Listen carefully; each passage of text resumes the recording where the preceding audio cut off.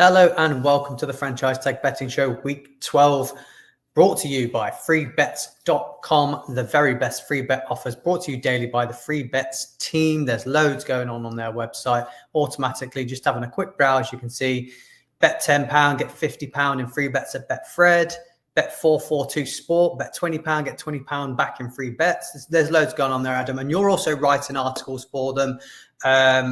The articles that you're putting out have been fantastic. I've been following them all through the year. We've been talking about them on here. You've had a load of winners on there.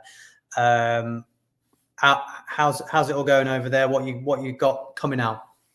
Yeah, there's loads of stuff out there. I have got a NFL article coming out for all the Sunday games. So we've got an accumulator there.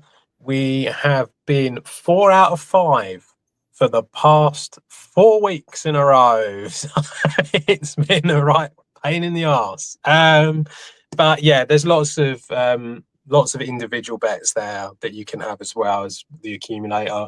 And there's loads of stuff out there. Obviously, it's the Ashes at the moment as well. So, you know, if you want any cricket tips, there are some predictions and bets for that over there. You know, I want to say there's a big racing meeting at Newbury tomorrow. So there's plenty of horse racing stuff. And of course, loads of football and NFL. So, yeah, loads of stuff over there. Go over there, check it out. And sign up to their newsletter. I think then you get lots of different things turn up in your email inbox all the time. Yeah, I know 2 weeks ago we had a 4 out of 5 on the FTAG5, and one of the listeners got in touch with me and said the company that he uses, that he bets with, paid out on the bet because the game that let us down, they were 14 points up at one point, and they had if you're 14 points up by it pays it out. So like it's similar to the football where if you go 2 goals up, it pays out. So we managed to get him a winner. So he was chuffed. So we were unlucky in that one, but we look forward to week 12 where I think we're going to get a winner. We're back on all firing cylinders. We've been close every week for the last few weeks. Now we're in the middle of the season. We have already had a game. Luckily, that wasn't included in the betting because I think we all would have lost. And that was the Houston Texans versus the Buffalo Bills. Houston winning 23-19. Houston now 6-5. Buffalo now 7-4. Looking up at the Patriots in that division. Have you caught up? Have you seen it all? Have you watched it? I stayed up for the first half and went to bed quite confident that the Bills were going to win. So didn't go that way. I saw a little bit of it before I went to bed. Not a lot. I saw the James Cook touchdown, which I tipped up in the bet builder. So that was good. But yeah, I mean, I think everyone had the Bills to win that game, and the Texans defense is getting a lot of praise, as it should. I have to say, I think they've been pretty good all year. They've been Will Anderson's been and Daniil Hunter. You know, the two of them together on each side as the whole front four a bit were fantastic last night. So yeah, they've been really good, and I mean, I'm not entirely shocked about the Bills and what's going on. I said on the chat show on Monday night when we recorded it, I feel like if they can get 10 wins, I think that could be, you know, the limit to them this year. I do feel like they might struggle. They have got some easy games that they should get wins at. They nearly lost out to a Buccaneers team last Sunday who had just, you know, ravaged with injuries. So it's not going well, and the defense especially just can't stop the run. They're just really struggling with that. So big problems, I think, for the Bills, and a lot of people saying that, you know, maybe it's just they'll come good in the same way like the Chiefs do. It's all about the playoffs and all that sort of thing, but it doesn't feel like that to me. I think they're in a bit of bother there this year. Yeah, the defense doesn't look great. I know it's had its injuries. It had injuries on the front seven. Secondary's never overly been a strength for them. It's always needed a bit of work. But I can't remember what week it was. It was very early in the season we did a hot seat, cold throne sort of show on the main show, and we talked about all the coaches that had losing records and whether they should get fired or they should stick with them. And at the end of it, Fred said, is there anyone we haven't spoke about that should be on the hot seat? And I brought up at the end of it saying Sean McDermott, and everyone was like, that's an odd one to bring up, but where's that kind of come from? And it's slowly and surely but coming to fruition now that I think it's a serious thing that they might need to look at, going, we've got a good quarterback here and it's not worked fully any year. Do we need a reshuffle? Yeah, I think that the big issue that they really have is it feels like they're going backwards. I think that's what the problem is, and there just seems to be a bit of unrest there. You've got all the problems with Keon Coleman not being a healthy scratch the last 2 weeks in a row. Something obviously has gone on there, and yeah, it just feels like it's not quite working. It's not the same as it has been over the last few years, and I think that they probably need to, as you say, maybe a change just to freshen things up a little bit and get things moving again, because it does feel very much like it's Josh Allen against the world when they're out there, sort of thing. It's like Khalil Shakir's been good for him, or they've missed Dalton Kincaid the last couple of weeks for injury as well, but it is a bit of a concern that it's just does seem to be going the wrong way for them. And then the Houston Texans, obviously, Davis Mills has carried the ship through through the injuries of CJ Stroud. I think he's now cemented himself as a lifelong backup in the NFL and going to be paid quite well. I think wherever he goes, he seems to be able to come into the business. So 6-5 now. It's looking a lot better for them. Yeah, I think they've so obviously they're not that far off of the Jags. Obviously, we'll see what the Jags do this week. But if the Jags lose, then they're both going to be 6-5. And I think that it felt like the Texans were much further away at the beginning of the season. They were really struggling, but they do seem to have got it together. They are relying heavily on that defense. But if it's getting the win, then it's all good, isn't it? So I don't think they'll suddenly shoot off and spark a long run and be able to take on the Colts for the division, but I think that they've got a very good chance of a wild card spot, and I don't think anyone in the AFC is going to want to be going up against that defense in the playoffs. So I think wild card's great for them, or just being in the hunt at the end of the year is good for them, because it's the team's littered with talented youngsters. So I think, that's just good for them to push for next season when they'll add more pieces and everyone will be one more year experience. So lots of good stuff in the pipes for the Texans. But, we're here to talk about week 12 and the FTAG5. So let's see what we've got on that. We've gone with the graphics again, Adam. We've got some graphics. So let's see if it is better than the last time we tried. You got all excited because the last time we did a show, people said, "Oh no, we really like the graphics." So now that's it. You've gone on. Yeah, we had some good feedback from it. So here we go. Slightly different. There's me and you as a little bit emoji guys at the bottom. So first up, Adam, I have taken the New England Patriots -7 at the Bengals. Patriots, we say every week, they're on a roll. They're playing well. Drake May's doing well. Kayshon Boutte's back this week. I'm not sure whether Ramondre Stevenson is back or not. I think it's still questionable. Well, no, it just came through not that long ago. It said that they are saying that they reckon he's going to be involved, so he's going to be back in some capacity. Yeah. Well, that's great news, because obviously we've seen Henderson really step up and start performing, and then you've got the veteran there to sort of like make sure he's not wearing out and can take some of those hard hits down the middle. What we said before the season isn't Henderson's game. So that is going to leave him for the big explosive plays. And Bengals, on the other hand, have lost Jamar Chase due to suspension for a game. That's another knock for them. So I just think that this has got Patriots winning by 10 plus all day long. I think Bengals might struggle to put points up on the board, and their defense is very leaky, whereas Patriots quite solid across the board. So I see another big win for the Patriots this week.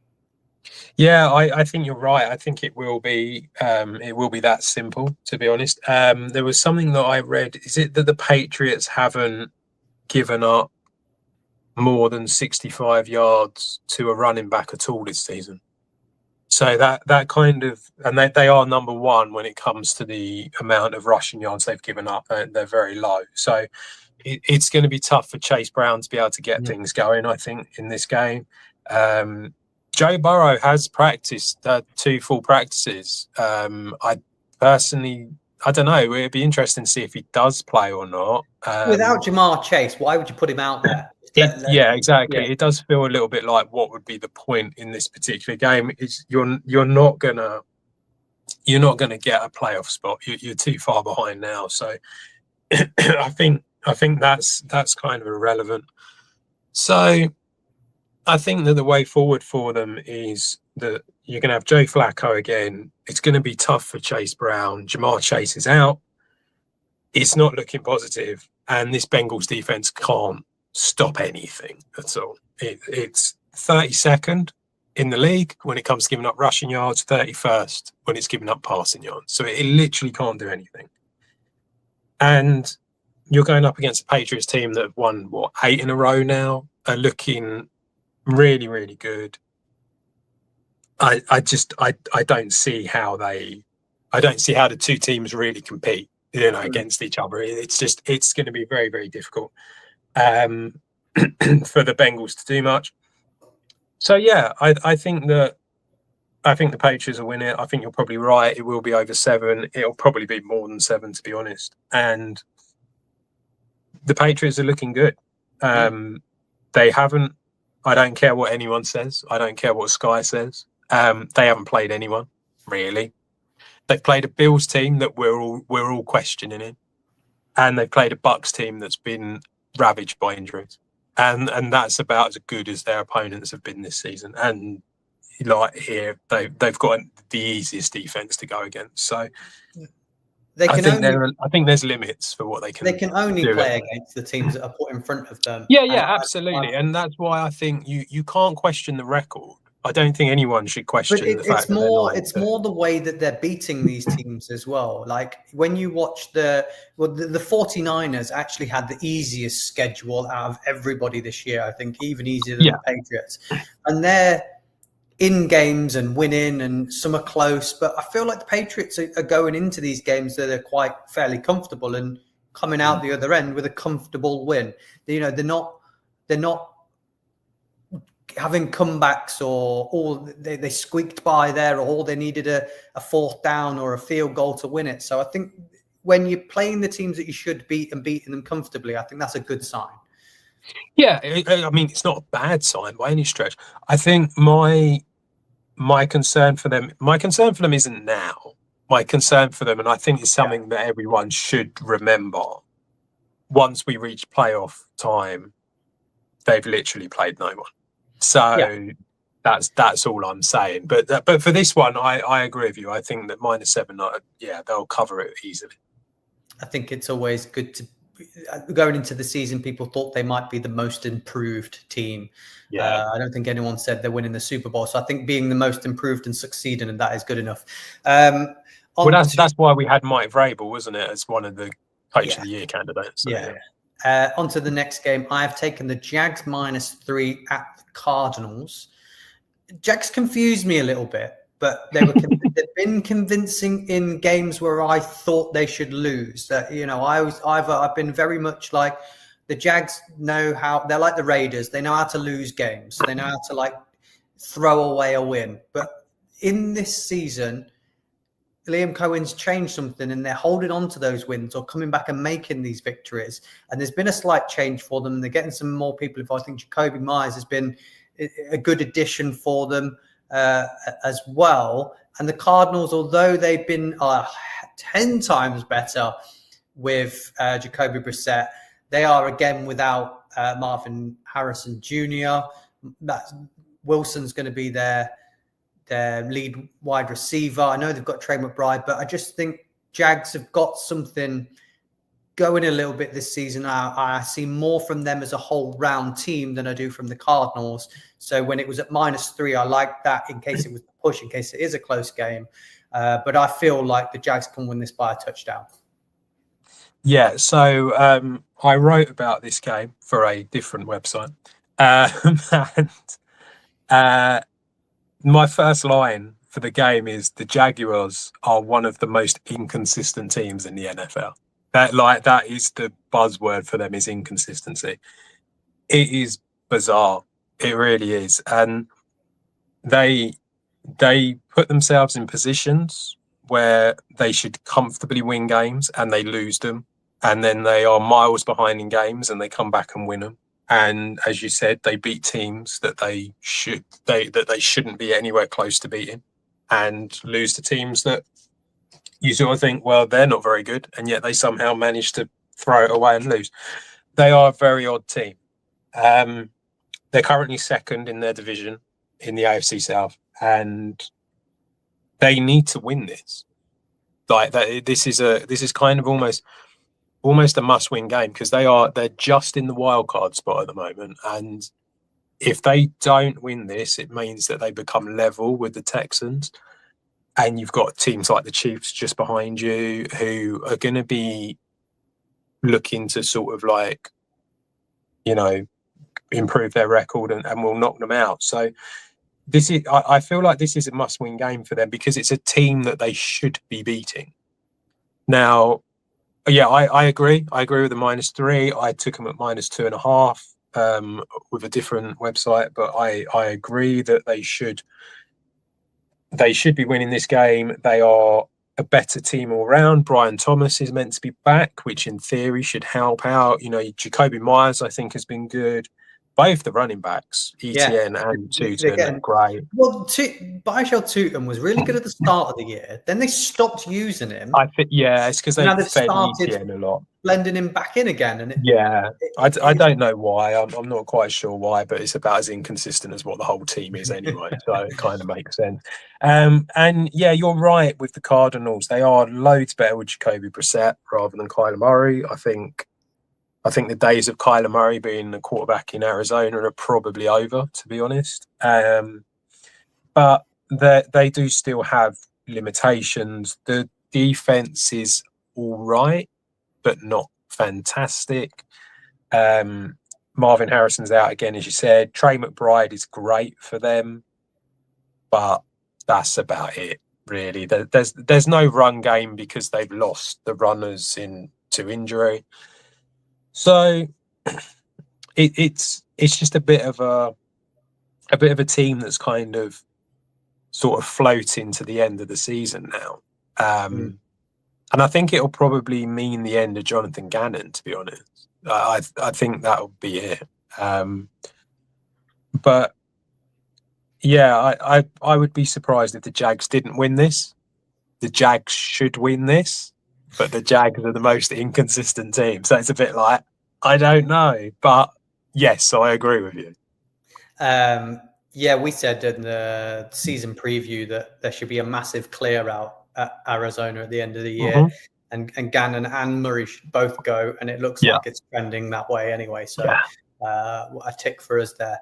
The next game, I've taken the Eagles -3 against the Cowboys. I was actually surprised it was only -3 for the Eagles.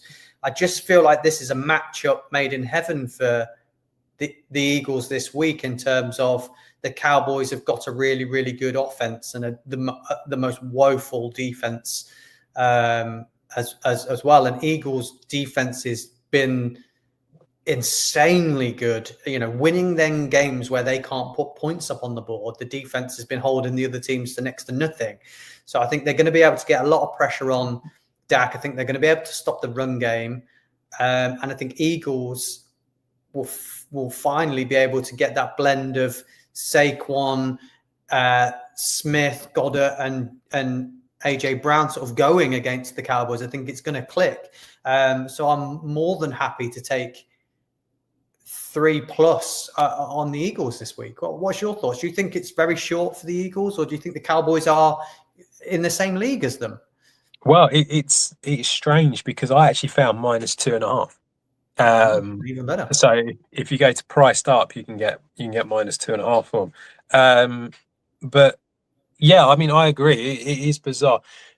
I think this is where what you're seeing, the reason that it is as low as it is the narrative is coming out now, isn't it, about the Eagles and how the offense isn't really doing a lot. It's funny. It's one of them things where I think we've all thought it for the last few weeks, but not many people have actually been saying it in the media. Whereas for now, it feels like a lot of people are all talking about the Eagles, all talking about how the offense isn't really working. So I think this is what the issue is. I mean, the fact of the matter is, the Cowboys' defense is not very good at all. Now, I know that they've brought in players in order to help. You know, they traded for Quentin Nelson. Nelson. Who the hell's Quentin Nelson? Quentin Nelson's the guard from the Colts. Yeah, I went the wrong way. Quentin Williams. Quinion. Which one? Quinion. Not wrong one. Anyway, they traded for him in order to help with the run. They've got Kenny Clark in there from the Packers in order to help with the run. It's not really doing a great deal, I have to say. They're still struggling with the run, but I think the point is that the Cowboys defense are just struggling in general. You know, very little's going to change over the rest of this season, I feel. So that's just how it is. The Eagles obviously have got Saquon Barkley, so you've got to feel like they're going to, lean on him a little bit. But also, as you say, the Cowboys are actually worse against the pass than they are the run. So it's almost like that you do have all these receivers and you do have Goddard at tight end, and it just kind of feels a little bit like this is a game that the Eagles should win and should win comfortably, because the Cowboys' defense is just poor. The Eagles' defense is great, and they should slow down the Cowboys. But yeah, I mean, when you look at it, the Eagles are just a better team all round. And I do feel like there's been maybe a little bit of an overreaction to the fact that the offense isn't doing great and that they're leaning heavily on the defense. It's not as good as what it was, but it's still pretty good, because you're 8-2 and you're playing against the best teams in order to get there. I mean, you've restricted the Lions to what, 6 points, 9 points 9. last week? They restricted the Lions to 9, which is an explosive offense. They Yeah. restricted your Packers to 7, which is a talented young offense, despite the drops. They showed in the revenge game against the Giants, because they got beat by the Giants 34-17. And then they had the reverse fixture 2 weeks later and put 38 points up on them. So they know how to do it. They beat the Rams. They put 33 up against the Rams, who we're all saying are Super Bowl contenders. So it's just, they've got to, it seems like they are very predictable, can't get it going, revert back to what they did well last season, and it works. Yeah. And then they go, oh, we're winning again. Very predictable, revert back. So Cowboys is the best opponent, I think, to revert back and it click and everyone go, oh, they're back. It just feels like one of those games. They're not going to want to. They're going to want to beat the Cowboys and beat them well. Division rivals. And only -3. I think that's a bit of a knock on them. So they're going to want to come out and win this comfortably. So yeah, I agree, and I think they will. I think 3 points isn't a lot. Like I say, you can get 2.5 in places. Doesn't matter. I'll take either of them, and I think they win it fine. Mm-hmm. Next game, I've taken the 49ers -7 versus the Panthers. Brock Purdy's back. Pearsall's back. Christian McCaffrey's playing absolutely fantastic. The Panthers, I don't know what to say about the Panthers. They're doing nicely. I think that's the way we'll put it. They're having a nice season. But I think the 49ers, with a lot more strength than they have been. Kittle's in, Pearsall's back, as I said. Purdy's back. So I just think they'll win this one. And if they just lean heavily on what they do well, they'll win this comfortably against the Panthers, who have won a couple of games where they haven't done a lot. They've won a couple of games where they've only put up like 150, 160 yards on offense and win. So I just think that's not going to fly against the 49ers. So I'm happy to take the higher number at -7 with the 49ers this week. Yeah, I think that what we've got here is, I think we've got a Panthers team that So I remember saying at the beginning of the season, I think they'll come second in their division.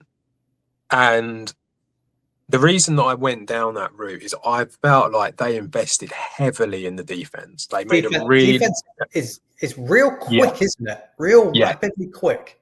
They're a very quick, strong defense that is doing very, very well, and is basically the real reason that they're winning games. To be honest, they've got a very solid defense. They're not like, I wouldn't say their defense is top 10, but it's like it's gone from being one of the worst in the league to mid-table comfortably, and I think that that's something that they can build on. The issue the Panthers have got is that offensively, I think you have, it's very much reliant on the run game, and your quarterback, although I think he's a solid quarterback, I don't think he's ever going to be that guy that really takes you very far. And I think that's what the issue is with the Panthers.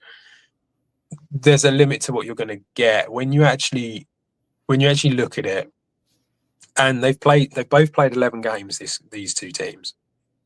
The Panthers have actually only scored 207 points. The 49ers have scored 261. And I think that that's kind of like quite a telling stat, really, as to what will probably happen in this game, where the Panthers are doing well. They are actually surprisingly in with a chance of winning this division. But that's more due to the fact that the Buccaneers have just fallen apart because of all the injuries. But they are in with a chance, but they're just not going to put up enough points in this game. And so the 49ers will win it, and will probably, as you know, like you say, they've got their players back as well. You've got Purdy back, who I don't think is a massive upgrade on Mac Jones, to be honest, but I don't think it matters. I don't think it matters. I just feel like Purdy's got to show that he's better than Mac Jones. Yeah. It's weeks, probably more willing to keep going throughout the game. So yeah, I agree with that. And yeah, I mean, obviously having Ricky Pearsall back is great. Having George Kittle, we saw that last week, is really, really great for them. And I think they're just going to kick on because of that. Yeah, definitely. The last game, Adam, I've got a very interesting stat for you for this one, which I didn't know before sending you. I found it out today. So I've taken the Chiefs -3.5 versus the Colts. A lot of people are taking the Colts in this game, but Chiefs are at home, and I feel like Chiefs at home is very different to Chiefs away. I think Mahomes himself is struggling away. Not at home. So in the whole of the NFL records, a 500 or less team playing against a team that's 80% or more from week 11 onwards of being the favorites. Yeah. Right.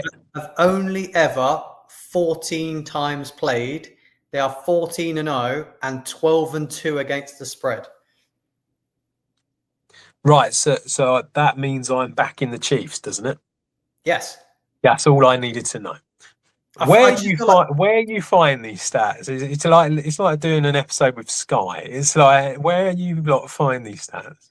Well, when you've got a full week's worth of like driving to and from work, and I don't live near work, I get a lot of podcasts, a lot of listening, and once you've listened to everything, you listen to some stuff you've maybe not listened to before, because you're just dying for some extra bit of knowledge that you haven't got yet, and you stumble across people telling you that 14 times in the history a 500 or less team has been the favourite against an 80% team. Yeah. 14-0, 12-2 against the spread as well. So, yeah, -3.5 Chiefs, like I said, at home. Right. Got the receivers. Come on. So, also, look, I wrote about this game. I didn't want to pick. I'm feeling quite comfortable picking. I just feel like over the last few weeks, we have seen, if you can shut down Jonathan Taylor, Daniel Jones will make mistakes. We've seen that over the last few weeks. We're seeing the old Daniel Jones. I think, when you look at the year that the Giants were good with Daniel Jones, it was very Saquon Barkley heavy, wasn't it? And then when Saquon wasn't there and they had to rely on Jones, that's when the mistakes came. I feel like that's similar with the Colts. And I feel like Steve Spagnuolo is going to, he's a genius when it comes to defensive coordinator. He's got a very good front seven. So he will be able to apply that in the correct manner at home with the noise, get the pressure on Jones, shut down Taylor, and make the mistakes. So I feel like they'll be able to control the game, control the clock. Mahomes at home. That's why I'm confident Chiefs will win this. I think it's a very good argument. I'm not going to go against it. Although what I would say, why have you done this? Have you done this on Bet365? Yeah, why have you got it at less than 3.5? Because it's -3 now. Oh, okay. Is it on Bet365? Is it -3? Yeah. No, I just did it earlier. Oh no, it's -4. Oh, it's -3. It's -3 on mine. Right. Anyway, yeah, I'm not going to go against it. You make some very good, valid arguments, and you're probably right. The Chiefs have become this team that I never go against, and now they're just a team I'm not interested in.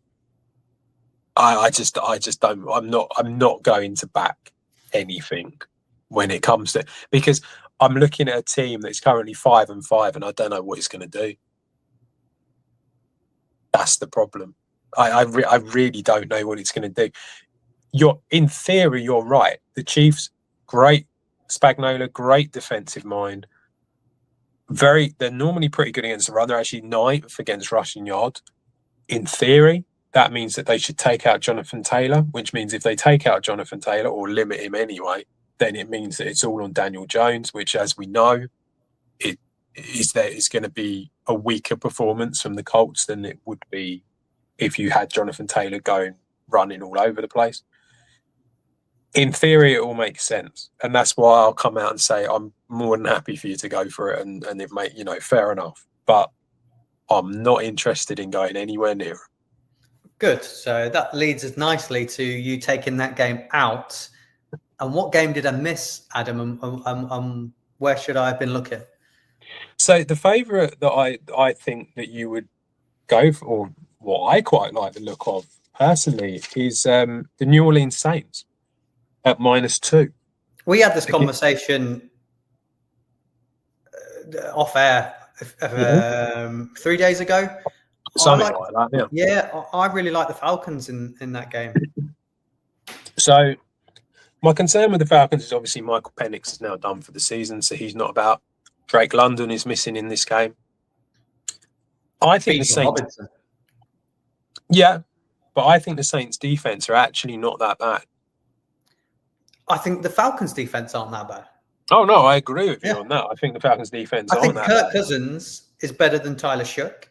I think Kirk Cousins in a Minnesota Vikings uniform is better than Tyler Shook. From what I've seen of him at the Falcons the last 2 years, I wouldn't want to go anywhere near him. They've got Chris Olave. That's the only thing that scares me. It just seems like if you pepper him with 30 targets, he'll probably catch 20 of them.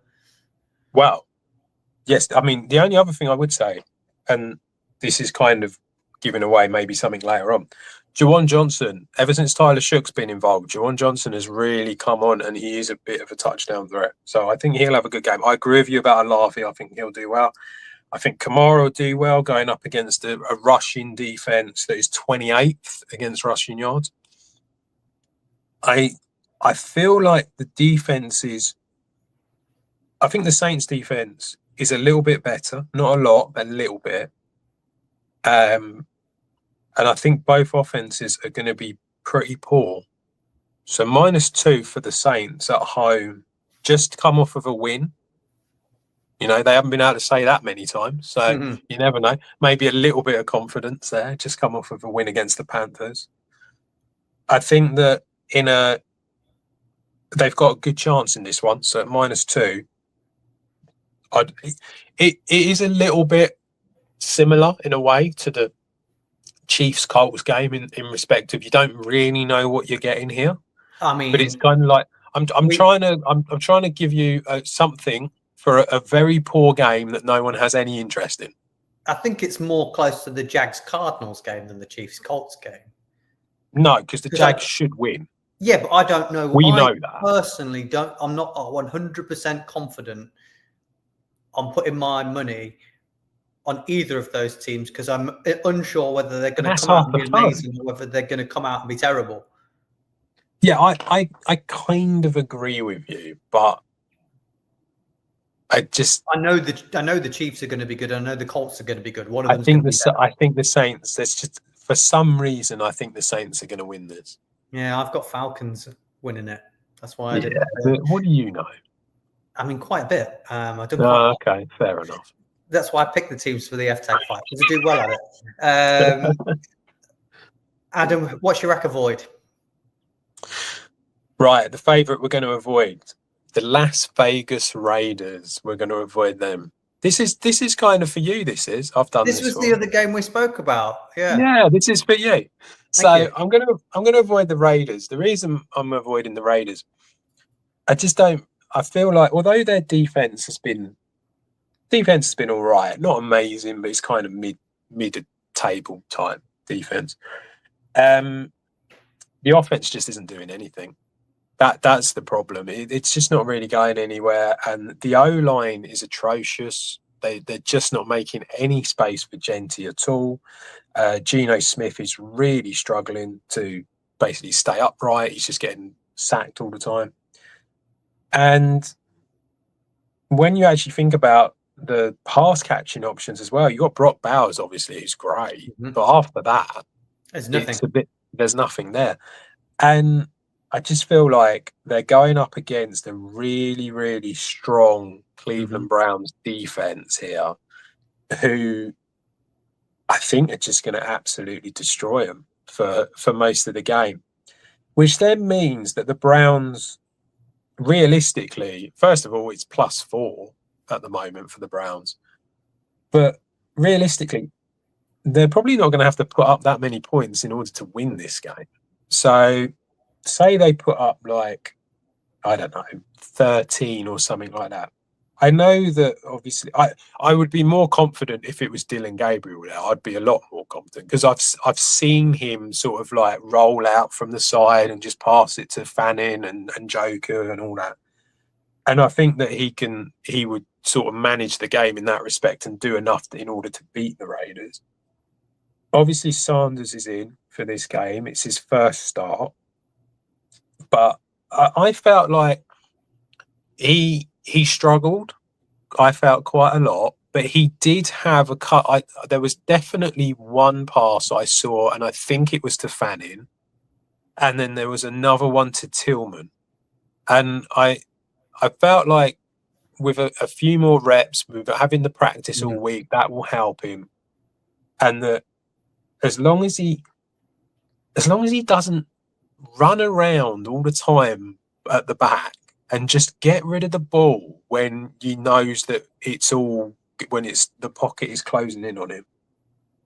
I think that they will have enough here in order to be able to cause an upset, apparently, which I don't really rate as though it would be an upset.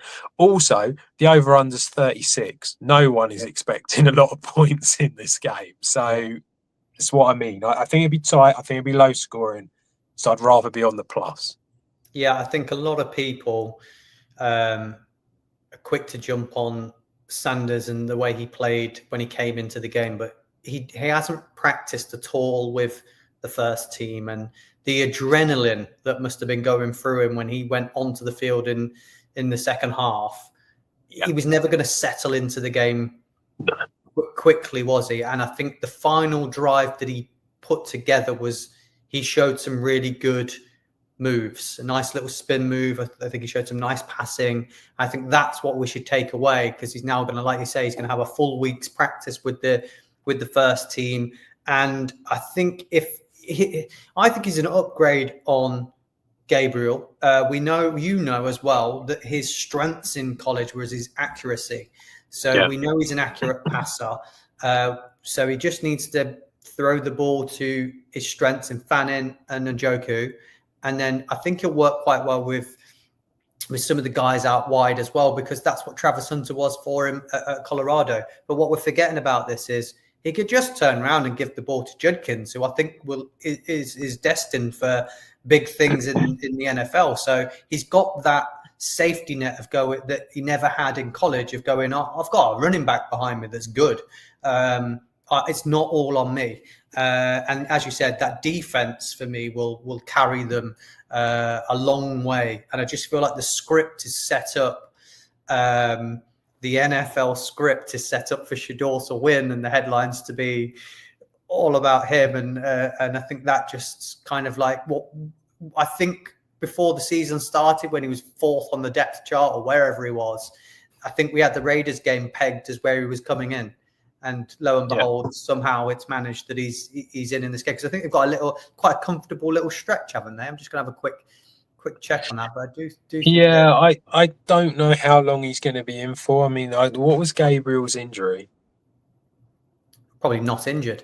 They've got the Titans, the Bears, and then they've got some tough games towards the end and the end with the Bengals. So they have got a couple of easy games. They've got 49ers the following week. But it's a couple of easier games for him. But I think if he plays well in this game, it's going to be hard to drop him if Gabriel is back. Yeah, I think that's fair. And I think that he probably, like I say, I think in this specific matchup, because it is being sort of like thought of as though it's going to be such a tight game, such a low scoring game, you just got to be on the side of the strong defense. You really do. It doesn't make any sense to go on the other way. So yeah, the +4 for the Browns, I think is great, and I'm surprised it's as high as it is when it's only an over under of 36. And yeah, I think we saw at Colorado, and we saw it a little bit at the end, like you said. He has the potential. Sanders has the potential to be able to do something in the NFL, and maybe a mixture of everyone getting off of his back, but also maybe him actually realizing that he isn't the greatest thing around might actually be a good thing for him. Yeah, he's a Purdy, Cousins, Garoppolo quarterback, not Josh Allen and Pat Mahomes. Yeah. You know, that's what he's part of the system rather than the team. Yeah, he's kind of a game manager, isn't he? Yeah. Really. Right. Should we get into your early treble then, Adam? Go on then. Have you got a graphic? I have, yeah. There we go. Well, there's 3 there. How's that going to work? Well, it's an early treble, no? That's true. Right, I've gone for Andre Yoshavas. I think that's how you say his name. That's how I'm saying it anyway. He 13-5 for the Bengals, going up against the Patriots. Patriots, as I said earlier, number 1 against rushing yards. So I think that you're going to find, whether it's Joe Flacco, whether it's Joe Burrow, it doesn't really matter. They're going to have to throw the ball a lot. Obviously, with Jamar Chase out, it leaves T. Higgins and not a lot else. So I feel like Yoshavas is the way forward at 13-5. Also noticed, even with Jamar Chase there, Joe Flacco's been throwing the ball to him. So I think he's going to have a chance. Gone for Jameson Williams at 6-4. Dan Campbell's taken over the play calling now in Detroit, and for some reason seems to want to throw the ball to Jameson Williams quite a lot. So seems rude not to go for Jameson Williams. Also, they are going up against your New York Giants, who secondary is just woeful. Yeah, secondary's not doing well. It's all banged up. Yeah, and no depth. I think the starters are banged up. I think that's the problem. So yeah, I like him for this in a game where I expect the Lions to not only win but win comfortably, and probably want to make a bit of a statement after their bad loss against the Eagles. And then finally, Mark Andrews, because Mark Andrews is back It's official. The tight end for the Ravens he was very quiet at the beginning of the season, but he's had a couple of touchdowns now in the last few games, and even got a rushing touchdown last week, which I don't think anyone saw coming, but there you go. Well, it seems to be the new thing now to use your tight end for the tush push as well. So. Well, yeah, but it wasn't a tush push, was it? It was like a 35-yard run. It was really weird, but there you go. 7-5, whack them all together, 20.6 to 1. Yeah, as you can see, the new graphics that we've got for this gives you what they've done in their last 5 games. Obviously, Yoshi Vass has had 1 touchdown in his last 5 games. He came 2 weeks ago. 5 targets, 3 targets. As you said, the ball is going his way, 66 yards, 20 yards in the last couple of games. So, right with that. You can see Jameson Williams there. 4 touchdowns in his last 5 games, 1 in each. Targets are there. Yardage is 66, 66, 119, 88. So if you do want any other bets based off of this graphic as well, you can put together the receptions, the yardage, things like that. It's giving you a bit more info. You can add to a little bet builder. And as you said, Mark Andrews is back. Last 3 games, 4 touchdowns. So now that I've backed him, that'll slow him down. Yeah, pretty much, yeah. 20 to 1, I'm really happy with that bet. You've done a very Andrew thing with that. I think for the last couple of seasons, every time there's any injuries on the Bengals, I just go, Yoshi Vass will score this week. I think I've done it a few times now, so I don't know why I didn't put it in, because it's my go-to I just thought he was good odds. I felt the odds were good considering that Chase is going to be missing. Yeah, he's the next man up, isn't he? And he usually delivers when he is the next man up. Adam, you haven't seen mine, so this will be interesting for you. I have gone for, or have you seen mine? I have gone for Rashee Rice at 11 to 10. Scored 4 touchdowns in his last 5 games. Well, in his last 4 games, because he hasn't played. The targets are there. The yardage is there. I think he was a bit quiet last week, but that is an anomaly. I think they'll be back this week. I've already spoke about how much I like the Chiefs this week, and Rashee Rice is getting in the end zone. Jackson Smith and Jigba, the hot hand for Seattle, and whose offense is great, getting all the targets, getting the yardage. He's been in the end zone 3 times in the last 5 games, 21 to 10. And then I've gone with the guy that's back this week in Kayshon Boutte, 13 to 5, pumping those odds up a little bit. I just think they're going to be able to throw the ball a lot. And he's going to be a guy that I think they're going to be targeting now he's back. And what has he had? Four in the last 4 games, 14.5 to 1, Adam. Yeah, okay. Yes, love it.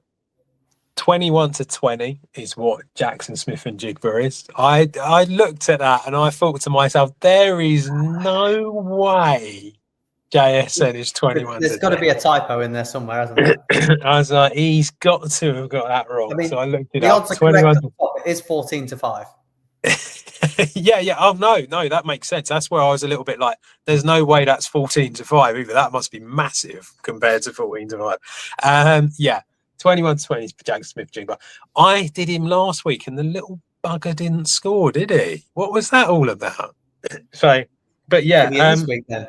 Who are they playing? They're playing the Titans, aren't they? They are playing the Titans. Yeah. So, I mean, should get in. Feel like he's got a good chance. Obviously, Rashee Rice. I think Rashee Rice has got a good chance getting in every week, to be honest. Yeah. It doesn't matter who they're playing. If they're going to give me plus odds on him, I'm having him. It's when the odds go the other way, then I'll stop having him. So Boutte at 13 to 5. Obviously, he's been missing the last few weeks. Hamstring injury was practiced all week. He's going up against the Bengals defense, as we have already said, appalling. So, got a good chance. Like it. Adam, who's your late treble? Well, that's a different graphic, isn't it? I was I haven't seen these graphics either, so I was expecting the same. Here's what happened. I did all the first graphics last night, And then I thought I'll do my rest when I'm if I get a chance when I'm at work later. I didn't have time, so this is what you've got for the late Turns out trebles. he actually does do something at work. Right, so the late graphic, I've gone for Trey McBride. Even money, apparently. I've got him at 4-5. Yeah, there you go. Bigger odds. So we like this. Right.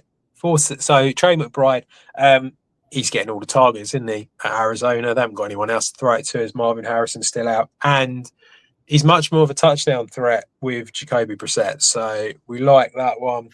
As I said before, Juwan Johnson for the Saints going against the Falcons. Falcons, all right defense, but not fantastic.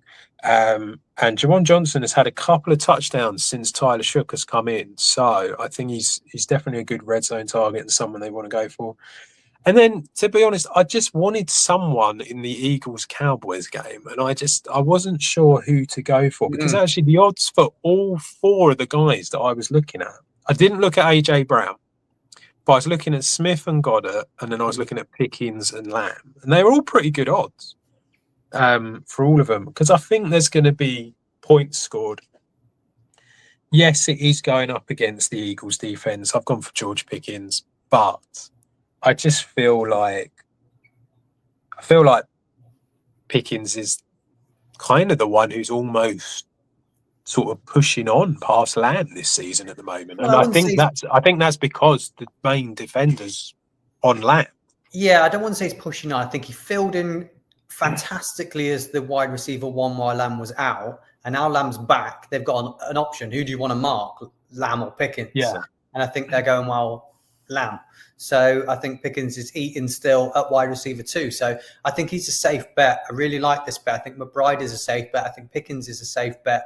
And Juwan Johnson's a bit of a stretch, but at those odds, I'm willing to take it at 5-2, bringing you to 18.25 to 1. I think Juwan Jennings, as you said, has got a great chance against the Falcons, who we've. I don't think Juwan Jennings is going to do it. I think Juwan Johnson might do it. But I understand where you're coming from, and I like the spirit of it. So therefore, we're going to keep going with it.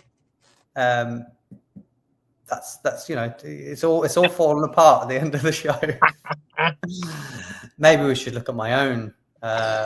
You might remember that one. Wow, good luck. I've got Jacoby Myers 11-5. At least I know the odds are right on these ones. Just think he's in a nice addition to the Jags. He got settled in very nice last week. Got the targets, got the catches. So quite happy for him. And the bet we haven't seen much from Brian Thomas Jr. in terms of touchdowns. So I think Myers might be the guy.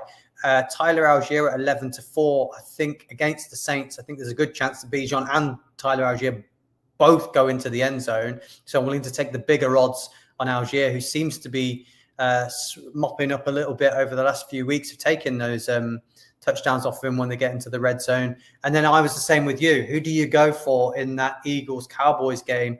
I think Eagles are going to win, so I wanted to pick an Eagles player. I'm struggling with AJ Brown at the minute because I'm not sure what I'm going to get. Devonta Smith's very in and out. I know Dallas Goedert's consistent, so I've gone with Dallas Goedert at 19-10, bringing me at 33.8 to 1. Yeah, I like that actually as a bigger odds one. I didn't have Jacoby Myers down because I didn't put anyone from the Jags down. I didn't really know where it's going to go, but I do kind of get where you're coming from. So I think that's a good one. Tyler Algier, I did have down, and he does seem to be taking a lot of the goal line work. And he seems to have his own. It's almost like he has his own drives at times as well. It's almost like for the all the way he'll be out there. So I think that Algier at a much bigger price than Bijan, I think is definitely worth having. And then, as I said earlier, you want something in that game. And I had him down. I think there's a good chance that he gets back in. He's been a bit quiet the last couple of weeks, but I think that he's going up against the Cowboys defense that you can score on whatever you're doing. So yeah, I like it at a much bigger odds one to go for. Yeah, well, that's all we've got time for. We will put some of these graphics out onto social media over the weekend, so you can screenshot and take them, have a little dabble on these games. Remember, gamble responsibly. I suspect you're usually the one that has to remind me of that. So yes, it's safer gambling week, isn't it? So you have to make sure you gamble responsibly. Yeah, I had a 31 to 1 bet last night. Just had a cheeky So 5. you have to make sure you gamble responsibly. I had a 30 to 1 bet. I just put a fiver on it. That's being sensible. It was let down by 1 reception from Woody Marks. That's all I needed. 1 more. Everything else came. How many did he have? He had 1. He only needed 2. Okay.